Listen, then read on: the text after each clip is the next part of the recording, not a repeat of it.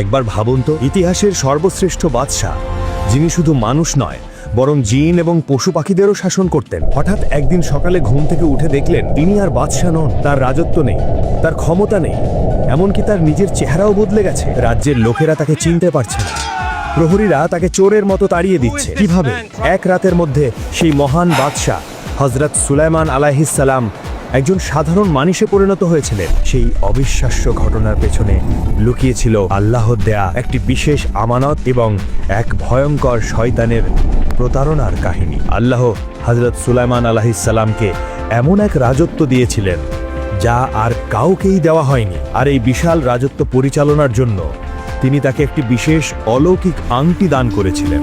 এই আংটির মধ্যেই ছিল তার সমস্ত ক্ষমতা। এই আংটির সাহায্যেই তিনি জিন, পশু পাখি এবং বাতাসের উপর শাসন করতেন। হযরত সুলাইমান আলাইহিস সালাম তার এই বিশেষ আংটিটি সব সময় নিজের কাছে রাখতেন, কিন্তু যখন তিনি শৌচাগারে বা গোসলখানায় যেতেন তখন আল্লাহর নামের সম্মান রক্ষার্থে তিনি আংটিটি বাইরে রেখে যেতেন। সাধারণত তিনি তার সবচেয়ে বিশ্বস্ত স্ত্রী বা খাদেমের কাছে আংটিটি আমানত হিসেবে রেখে যেতেন। এদিকে জিনদের মধ্যে সখর নামের এক ভয়ঙ্কর এবং ধূর্ত শয়তান ছিল। সে হযরত সুলাইমান আলাইহিস সালামের এই বিশাল ক্ষমতাকে দেখে হিংসা করত এবং সব সময় সুযোগ খুঁজত কিভাবে তার এই রাজত্ব কেড়ে নেওয়া যায়। একদিন হযরত সুলাইমান আলাইহিস সালাম গোসল করার জন্য তার আংটিটি তার একজন স্ত্রীর কাছে আমানত হিসেবে রেখে গেলেন। ঠিক সেই মুহূর্তে শয়তান সাখার সুযোগ বুঝে হযরত সুলাইমান আলাইহিস সালামের হুবহু রূপ ধারণ করল। সে বাদশাহের মতোই পোশাক পরে, বাদশাহের মতোই হাঁটার ভঙ্গি করে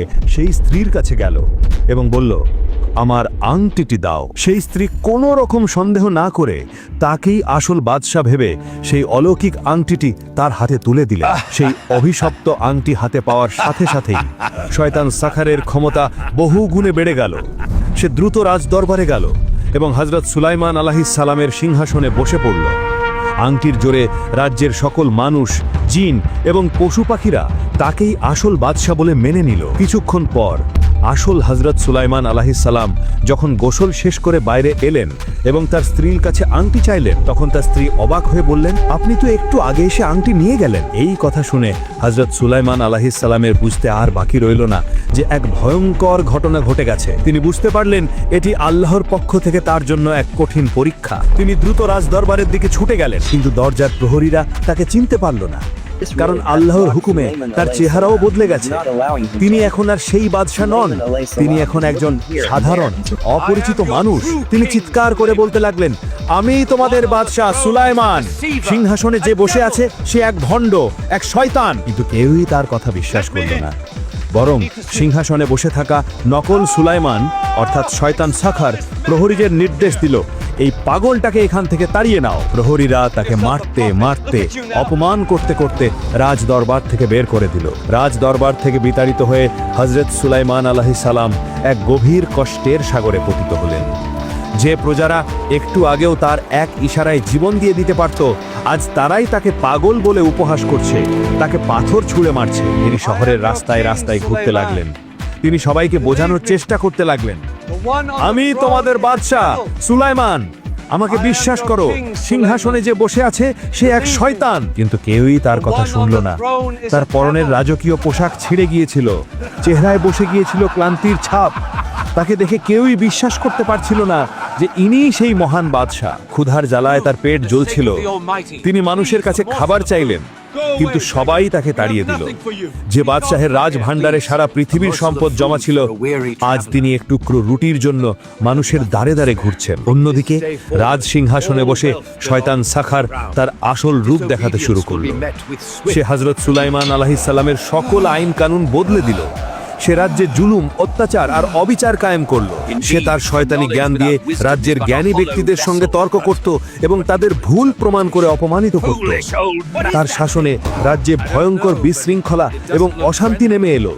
প্রজারা বুঝতে পারছিল তাদের বাদশাহের মধ্যে কিছু একটা পরিবর্তন এসেছে, কিন্তু সেই অলৌকিক আংটির ক্ষমতার কারণে তারা তার বিরুদ্ধে কিছু করার সাহস পাচ্ছিল না। এই 40 দিন ধরে শয়তান সাখার হযরত সুলাইমান আলাইহিস সালামের স্ত্রীদের সাথেও প্রতারণা করার চেষ্টা করলেও আল্লাহর বিশেষ রহমতে সে কখনোই সফল হতে পারেনি। এদিকে হযরত সুলাইমান আলাইহিস সালাম বুঝতে পারলেন এই শহরে থেকে আর কোনো লাভ নেই।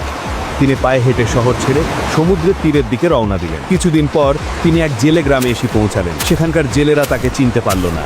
তারা তাকে একজন সাধারণ অসহায় মানুষ ভেবে দয়া করল। তিনি তাদের কাছে কাজ চাইলেন। তিনি বললেন, তোমরা যদি আমাকে কিছু খাবার দাও তাহলে আমি তোমাদের জন্য কাজ করে দেব। জেলেরা তাকে তাদের সাথে কাজে নিল। তার কাজ ছিল সমুদ্র থেকে মাছ ধরে তীরে নিয়ে আসা এবং সেগুলো বাজারে পৌঁছে দেওয়া। যে মহান বাদশাহের নির্দেশে বাতাস বয়ে যেত, আজ তিনি নিজের কাঁধে করে মাছের ঝুড়ি বহন করছেন। প্রতিদিন কাজের বিনিময়ে জেলেরা তাকে 2টি করে মাছ দিত। একটি মাছ তিনি নিজে খেতেন আর অন্যটি তিনি শুকরিয়া হিসেবে সমুদ্রে ফেলে দিতেন। এভাবেই কাটতে লাগলো তার কষ্টের দিনগুলো। তিনি কখনো আল্লাহর উপর থেকে বিশ্বাস হারাননি। তিনি জানতেন এটি তার রবের পক্ষ থেকে এক কঠিন পরীক্ষা এবং নিশ্চয়ই আল্লাহ তাকে এই বিপদ থেকে উদ্ধার করবেন। তিনি দিনরাত আল্লাহর কাছে কান্নাকাটি করে দোয়া করতেন এবং ক্ষমা চাইতেন। 40 দিন ধরে হযরত সুলাইমান আলাইহিস সালাম সেই জেলে গ্রামে একজন সাধারণ শ্রমিক হিসাবে কাজ করে যাচ্ছিলেন। তিনি প্রতিদিন 2টি করে মাছ পেতেন। একটি দিয়ে নিজের ক্ষুধা মেটাতেন আর অন্যটি শুকরিয়া হিসাবে আবার সমুদ্রে ফেলে দিতেন। তার এই বিনয় এবং আল্লাহর প্রতি কৃতজ্ঞতা দেখে গ্রামের প্রধান জেলের মনে তার জন্য এক ধরনের মায়া জন্মালো। সেই জেলের ছিল এক অত্যন্ত পরহেজগার এবং বুদ্ধিমতী কন্যা। ছোটবেলা থেকেই মেয়েটি হযরত সুলাইমান আলাইহিস সালামের গল্প শুনে বড় হয়েছে এবং মনে মনে তাকে ভালোবাসত ও শ্রদ্ধা করত। একদিন সেই জেলে হযরত সুলাইমান আলাইহিস সালামকে, যাকে সবাই তখন একজন অসহায় কিন্তু সৎ মানুষ হিসেবেই জানত, তার বাড়িতে দাওয়াত করল। সে তার মেয়ের সাথে তার পরিচয় করিয়ে দিল। মেয়েটি প্রথম দেখাতেই তার চেহারার মধ্যে এক ধরনের রাজকীয় নূর এবং বিষণ্ণতা লক্ষ্য করল। তার মনে হতে লাগলো ইনি কোনো সাধারণ মানুষ নন। ধীরে ধীরে হযরত সুলাইমান আলাইহিস সালামের সততা, প্রজ্ঞা এবং আল্লাহর প্রতি ভালোবাসায় মুগ্ধ হয়ে সেই জেলে তার মেয়ের সাথে তার বিয়ের প্রস্তাব দিল। হযরত সুলাইমান আলাইহিস সালাম, যিনি আল্লাহর পরীক্ষার মধ্য দিয়ে যাচ্ছিলেন, তিনি এই প্রস্তাব কবুল করলেন। এভাবেই ইতিহাসের সর্বশ্রেষ্ঠ বাদশা এক সাধারণ জেলের জামাতা হিসেবে তার কুঁড়ে ঘরে বসবাস করতে লাগলেন। অন্যদিকে রাজসিংহাসনে বসে শয়তান সাখরের সময় ফুরিয়ে আসছিল। 40তম দিনে রাজ্যের জ্ঞানী উজির বুঝতে পারলেন ইনি আসল সুলাইমান নন। ভয়ে এবং ধরা পড়ে যাওয়ার আশঙ্কায় শয়তান সাখর সিংহাসন ছেড়ে পালানোর জন্য সমুদ্রের দিকে ছুটে গেল। আর ঠিক সেই মুহূর্তে আল্লাহর হুকুমে সেই অলৌকিক আংটিটি তার আঙ্গুল থেকে খুলে উত্তাল সমুদ্রের পানিতে পড়ে গেল। আংটিটি হারানোর সাথে সাথেই শয়তান সাখরের সকল ক্ষমতা শেষ হয়ে গেল এবং সে সেখান থেকে পালিয়ে গেল। আর ওদিকে সমুদ্রের গভীরে আল্লাহর হুকুমে একটি বড় মাছ সেই অলৌকিক আংটিটিকে গিলে ফেলল। কয়েকদিন পর হযরত সুলাইমান আলাইহিস সালামের স্ত্রী, সেই জেলের মেয়ে, তার স্বামীর জন্য একটি বিশেষ খাবার রান্না করার চিন্তা করলেন। তিনি বাজার থেকে একটি বড় মাছ কিনে আনলেন। তিনি যখন মাছটি রান্না করার জন্য তার পেট কাটলেন, তখন এক আশ্চর্য ঘটনা ঘটল। তিনি দেখলেন মাছের পেটের ভেতর থেকে উজ্জ্বল আলো বেরিয়ে আসছে। তিনি ভালো করে তাকিয়ে দেখলেন মাছের পেটের ভেতরে রয়েছে এক অবিশ্বাস্য সুন্দর এবং রাজকীয় আংটি। তিনি বুঝতে পারছিলেন না এটি কি, কিন্তু তার মন বলছিল এই আংটিটি কোনো সাধারণ আংটি নয়। তিনি দৌড়ে তার স্বামী হযরত সুলাইমান আলাইহিস সালামের কাছে গেলেন এবং তাকে সেই আংটিটি দেখালেন। সেই আংটিটি দেখার সাথে সাথেই হযরত সুলাইমান আলাইহিস সালামের চোখ দিয়ে পানি চলে এলো। তিনি বুঝতে পারলেন তার 40 দিনের কঠিন পরীক্ষার সময় শেষ হয়েছে। তিনি তার স্ত্রীকে জড়িয়ে ধরে আল্লাহর শুকরিয়া আদায় করলেন। তিনি তার স্ত্রীকে বললেন, তুমি জানো তুমি আজ কি করেছো? তুমি শুধু একটি আংটি খুঁজে পাওনি, তুমি আমার হারানো রাজত্ব, আমার সম্মান এবং আমার পরিচয় আমাকে ফিরিয়ে দিয়েছো। এই কথা বলে তিনি সেই আংটিটি আবার তার আঙ্গুলে পরলেন। আংটি পরার সাথে সাথেই এক মুহূর্তের মধ্যে সবকিছু বদলে গেল। তার চেহারা আবার আগের মতো রাজকীয় এবং উজ্জ্বল হয়ে গেল। তার পরনের সাধারণ পোশাক সুন্দর রাজকীয় পোশাকে পরিণত হলো। সেই জেলের কুঁড়ে ঘরের সামনে আল্লাহর হুকুমে বাতাস এসে তাকে সালাম জানালো।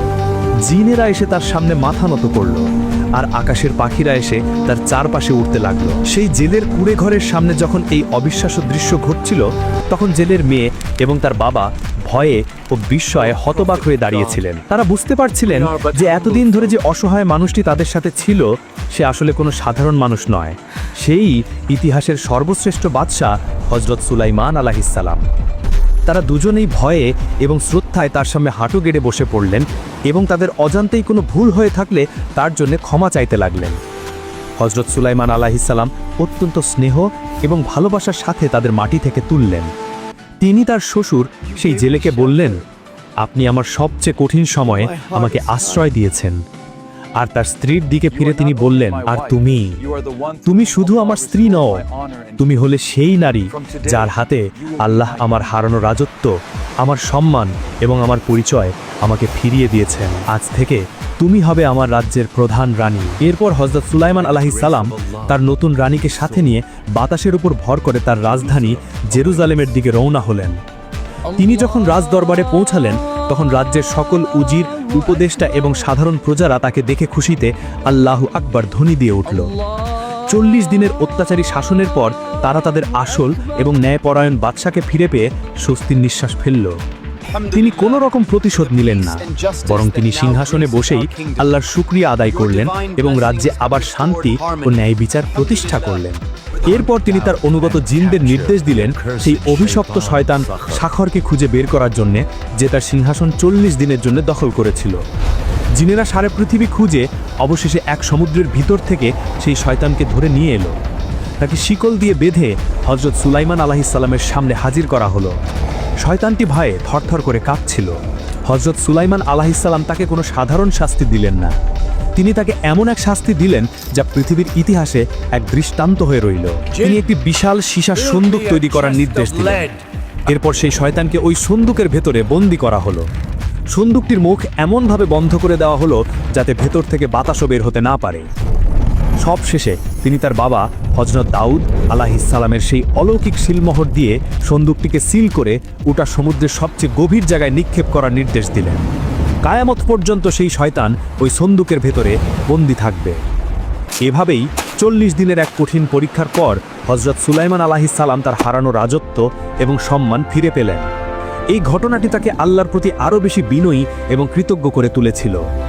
তিনি বুঝতে পেরেছিলেন যে এই বিশাল রাজত্ব, এই ক্ষমতা, এই জ্ঞান কোনো কিছুই তার নিজের নয়, সব কিছুই আল্লাহ পক্ষ থেকে দেওয়া এক আমানত এবং এক কঠিন পরীক্ষা। আল্লাহ যখন ইচ্ছা তা ফিরিয়েও নিতে পারেন। এই কাহিনী আমাদের এটাই শিক্ষা দেয় যে আল্লাহর পরীক্ষা অত্যন্ত কঠিন হতে পারে, কিন্তু যে ব্যক্তি বিপদে ধৈর্য ধারণ করে এবং আল্লাহর উপর অটল বিশ্বাস রাখে, আল্লাহ তাকে শুধু বিপদ থেকে উদ্ধার করেন না, বরং তাকে আগের চেয়েও বেশি সম্মান এবং মর্যাদা দান করেন। যদি হযরত সুলাইমান আলাইহিস সালামের এই অবিশ্বাস্য কাহিনী আপনার হৃদয়কে স্পর্শ করে থাকে, তবে ভিডিওটিতে একটি লাইক দিন এবং আপনার প্রিয়জনদের সাথে শেয়ার করে এই জ্ঞানকে ছড়িয়ে দিন। ইসলামের এমন আরও রহস্যময় এবং শিক্ষণীয় কাহিনী জানার জন্য আমাদের সাথেই থাকুন।